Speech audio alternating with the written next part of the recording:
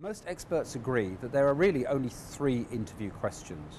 You might find yourself being interviewed for an hour, even longer, but most of the questions you are asked will always be trying to arrive at the answers to 3 specific questions.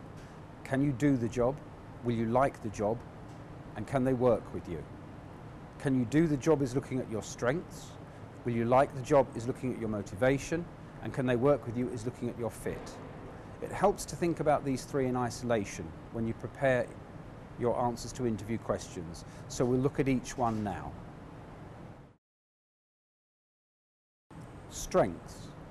A CV only goes so far. Have examples of where you've done a similar job before. If you've encountered problems, show how you learned from them.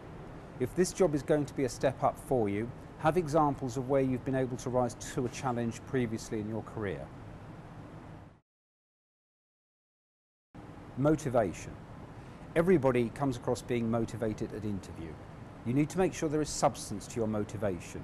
Know what really motivates you and try to show how that can be matched by the company and the role. Be prepared for questions like what makes you get up in the morning, or how do we know that you will stay with us, and have examples where you've been able to rise to a challenge before and work in a motivated way. Fit. You won't know the culture of the company before you go for interview.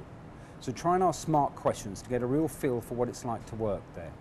Before you go, try searching for online comments about the company, particularly comments that employees may have made on social media networks.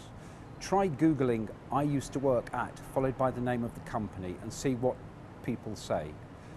Then have examples that show you're flexible and adaptable, that you can fit in with just about any culture.